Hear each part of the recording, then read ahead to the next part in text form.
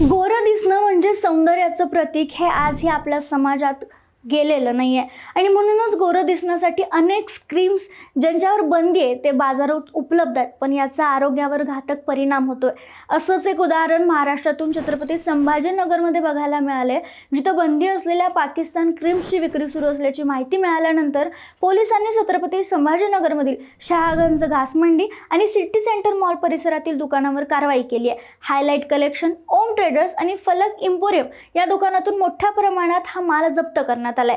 एकूण 59,980 रुपयांचा मुद्देमाल पोलिसांनी ताब्यात घेतला.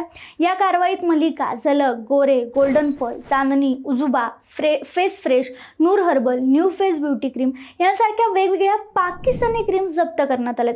तसेच पार्ले गोल्ड, गोरे साबण आणि मल्लिका व्हिटॅमिन सी सिरम याचाही समावेश आहे. गोरं होण्याच्या नादात वापरलेल्या या क्रीम्समुळे त्वचेवरच नाही तर थेट किडनीवरही परिणाम होत असल्याची माहिती तज्ज्ञ डॉक्टरांनी दिली आहे. या कारवाईमुळे सध्या समाधान व्यक्त केलं जात आहे, मात्र हा समज समाजातून कधी जाणार हा देखील एक मोठा प्रश्न इथं उपस्थित होतोय.